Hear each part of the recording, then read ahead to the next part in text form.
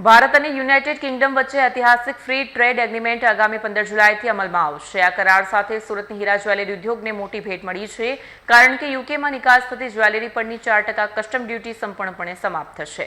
હાલમાં સુરતથી યુકે જતા જ્વેલરી ઉત્પાદનો પર 4% ટેરિફ લાગતો હતો, જેના કારણે ભાવ સ્પર્ધાત્મક ઘટતા હતા। હવે આ ડ્યુટી શૂન્ય થતાં સુરતના ઉત્પાદકો સીધો યુકે બજારમાં સસ્તા ભાવે ઉચ્ચ ગુણવત્તાવાળા હીરા અને જ્વેલરી મોકલી શકશે। અત્યાર સુધી મુંબઈ કે અન્ય રૂટ દ્વારા થતી નિકાસ હવે સુરતથી સીધી થઈ શકશે, જેનાથી સમય અને ખર્ચ બંનેમાં બચત થશે। ઉદ્યોગના નિષ્ણાંતોના મતે સુરતના લગભગ 500 જ્વેલરી યુનિટ્સને આ એફટીએનો સીધો લાભ મળશે। અંદાજ મુજબ આ કરારથી અબજો રૂપિયાના વાર્ષિક વેપારમાં વધારો થઈ શકે છે અને સુરતને વૈશ્વિક જ્વેલરી હબ તરીકે નવી ઓળખ પણ મળશે।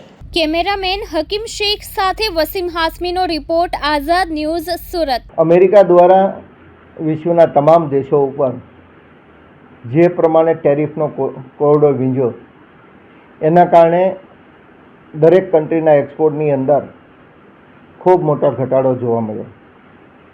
લોકોની પ્રોડક્ટ 50% ટેરિફ એટલે જે કંઈ $1 મળતી હોય $1.5 મળે, આના કારણે એક્સપોર્ટની અંદર પણ ઘટાડો જોવા મળ્યો। ખાસ કરીને ભારતના યશસ્વી વડાપ્રધાન શ્રી નરેન્દ્રભાઈ મોદીએ આ જે કંઈ મુશ્કેલીઓ ઊભી થાય એનો સામના કરવા માટે દુનિયાના અલગ અલગ દેશો સાથે ફ્રી ટ્રેડ એગ્રીમેન્ટો ચાલુ કર્યા।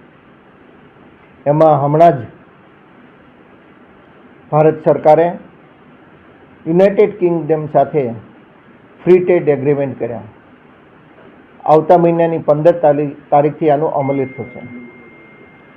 ખાસ કરીને હું જેમ્સ એન્ડ જ્વેલરી સેક્ટરની વાત કરું તો યુકે સાથે આપણું ડાયરેક્ટ એક્સપોર્ટ જે કંઈ આપણે એક્સપોર્ટ કરીએ છીએ એના 3% પર્સન્ટેજ વાઇઝ આપણે 3% યુકેની અંદર ડાયરેક્ટ એક્સપોર્ટ થતું હોય છે, પરંતુ યુકેની અંદર 20% વેટ અને 4% ટેક્સ, એટલે 24% કોઈ પણ વસ્તુ અહીંથી આપણે મોકલીએ એટલે 24% ટેક્સ એની ઉપર લાગે।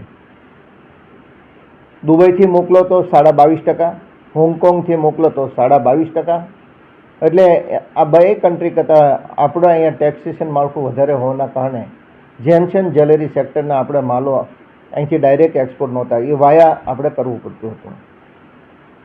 યુનાઇટેડ કિંગડમનો વાર્ષિક જેમ્સ એન્ડ જ્વેલરી સેક્ટરનું જે માર્કેટ છે એ $5.76 બિલિયન છે, એટલે 48,000 કરોડ કરતાં વધારાનું માર્કેટ એ યુકેની અંદર છે। આપણે 2024ની વાત કરીએ તો યુકેની અંદર ડાયરેક્ટ આપણું એક્સપોર્ટ હતું $777.89 મિલિયન અને 24-25ની અંદર આપણું હતું 709.69 મિલિયનનું આપણું એક્સપોર્ટ હતું, પરંતુ આ ટેક્સેશન ઝીરો થતાં હું ચોક્કસ આપણે અત્યારે અનુમાન કરી શકીએ છીએ કે આવતા વર્ષોની અંદર આ એક્સપોર્ટ વધીને $2.5 બિલિયન થશે।